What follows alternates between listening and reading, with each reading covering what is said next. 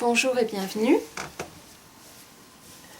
dans cette petite vidéo dans laquelle je vais regarder assez rapidement la structure des arcanes majeures du tarot.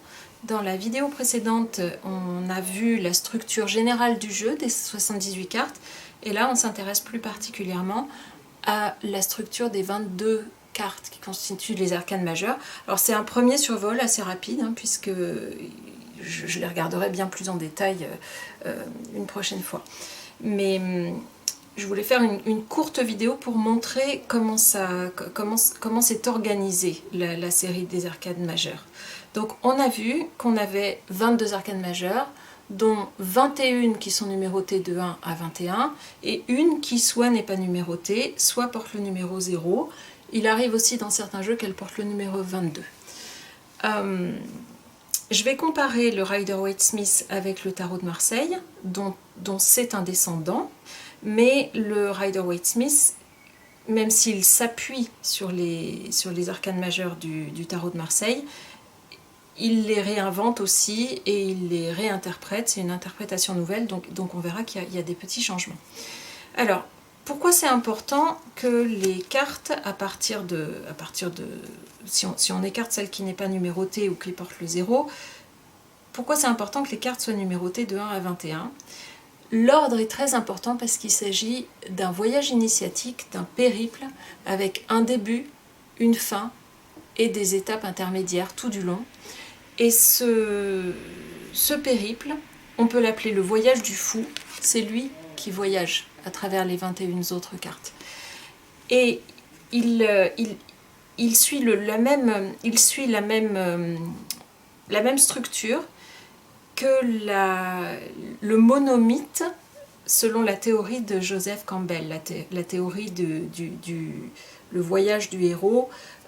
Joseph Campbell a théorisé que les grands mythes fondateurs de notre culture sont des histoires dans lesquelles il y a un héros principal qui accomplit un voyage initiatique et les étapes sont les mêmes d'un mythe à l'autre, ou en tout cas se ressemblent. Il y a des similitudes dans les différentes étapes que va rencontrer notre héros dans les différents grands mythes de notre culture. Donc ce monomythe, on retrouve la même structure dans les 21 cartes du tarot Rider-Waite et du tarot de Marseille aussi. Alors, la première carte, c'est le battleur. Et dans la version originale du Rider-Waite-Smith, cette carte s'appelle le magicien. Donc il peut arriver que dans certains tarots traduits en français, cette carte peut s'appeler le magicien en français. Voilà, je vais mettre mon fou, je vais le mettre là, montrer qu'il est à part. Deuxième carte,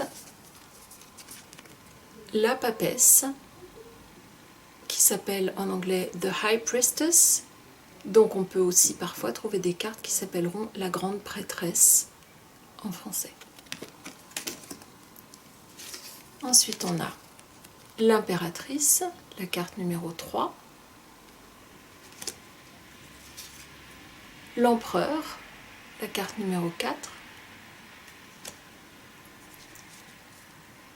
Le pape, carte numéro 5, qui peut aussi s'appeler le hiérophante selon les jeux. Et là, on a une carte qui est une des premières dans laquelle on va avoir une différence entre le Rider-Waite-Smith et le tarot de Marseille. Une des premières arcanes sur lesquelles le Rider-Waite-Smith prend des libertés d'interprétation et s'écarte de l'original. Donc c'est la carte de l'amoureux au singulier, il faut que je la laisse dans le champ la carte, que vous puissiez la voir. L'amoureux au singulier dans le tarot de Marseille et les amoureux, the lovers au pluriel, dans le Rider-Waite-Smith. Et on voit que dans le tarot de Marseille, la carte représente un personnage masculin au milieu et deux femmes à sa gauche et à sa droite. Et cet homme opère un choix entre les deux personnages féminins. Dans le tarot Rider-Waite-Smith, en revanche, on a simplement un homme et une femme. On n'a pas, on n'a qu'un personnage de chaque sexe, et on a un ange qui est au-dessus d'eux. Ensuite, on a le chariot.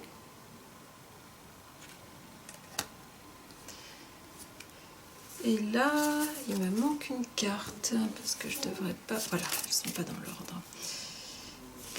Et après le chariot, pardon, j'ai un problème d'ordre dans mes cartes.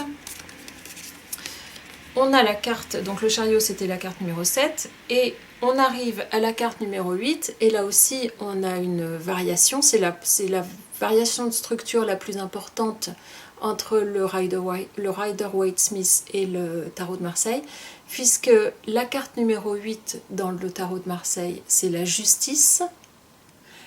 La carte de la force existe aussi dans le tarot de Marseille, mais elle arrive en position 11. Et dans le Rider-Waite, elles sont inversées, puisqu'on a en numéro 8 la force, et en 11, on a la justice. Voilà, on va les retrouver tout à l'heure quand je vais arriver à la carte numéro 11. C'est le Rider-Waite qui sera la justice et le Marseille qui sera la force. Alors, moi j'ai appris, j'ai commencé à tirer les cartes d'abord avec le tarot de Marseille avant de rencontrer le Rider-Waite-Smith.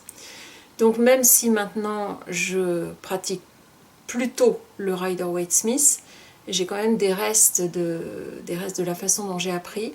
Et pour moi, très souvent, la carte de la justice, quand je la rencontre dans le Rider-Waite-Smith, et qu'elle porte donc dans le Rider-Waite-Smith le numéro 11, j'ai tendance à l'interpréter comme la carte numéro 8, comme portant le numéro 8 en numérologie et comme étant l'étape 8. Mais ça n'a pas beaucoup d'importance, ça ne change pas forcément fondamentalement les choses, et de toute façon chacun a, en fonction de notre histoire et de la façon dont on a appris, et de notre culture autour, on a tous notre façon d'envisager les cartes. Mais bon, ça pourra se ressentir par moments dans les vidéos suivantes. On retombe sur nos pattes avec la carte 9 où on a la même des deux côtés, c'est la carte de l'ermite. En 10, on a la roue de fortune. Et là donc en 11, et ben du coup elles sont inversées. Là où on avait la force tout à l'heure, on a la justice, et on a la force du côté du tarot de Marseille. La 12, c'est la carte du pendu, qui est pendu par un pied.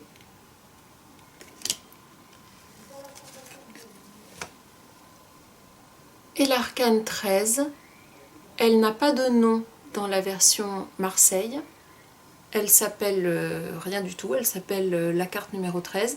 Dans certains jeux, elle s'appelle l'arcane sans nom, mais elle ne s'appelle pas la mort. Elle porte juste le numéro 13. Donc c'est soit le 13, soit l'arcane sans nom. En revanche, dans le Rider-Waite-Smith, elle s'appelle la mort.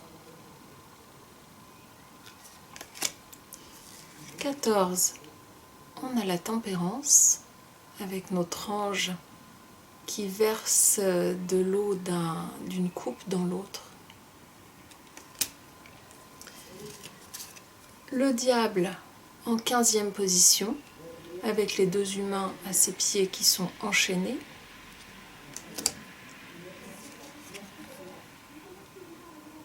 Et en 16, on a la maison Dieu, qui s'appelle dans le Rider-Waite-Smith tout simplement la tour.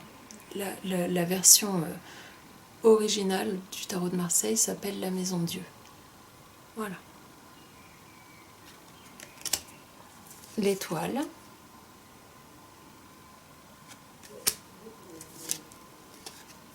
La lune. On a, dans les deux cartes, on a une écrevisse qui sort de l'eau et un chien et un loup qui regardent l'astre lunaire. Le soleil.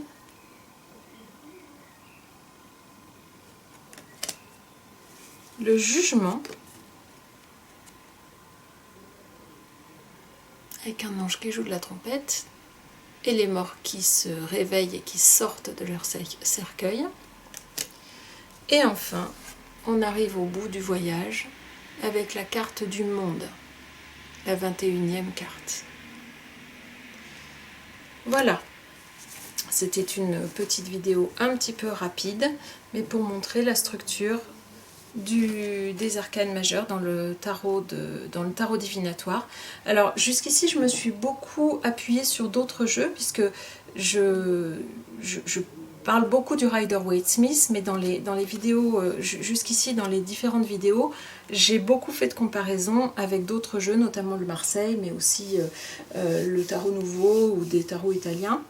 Au fur et à mesure que je vais avancer dans les vidéos et que je vais plus m'attacher aux significations des cartes, je vais utiliser de plus en plus uniquement le Rider-Waite-Smith. Voilà. Donc merci d'avoir écouté cette petite vidéo, et puis la prochaine fois je m'attacherai aux significations des différentes suites des différentes suites de coupe, pentacle, épée et bâton dans le Rider-Waite-Smith. À bientôt!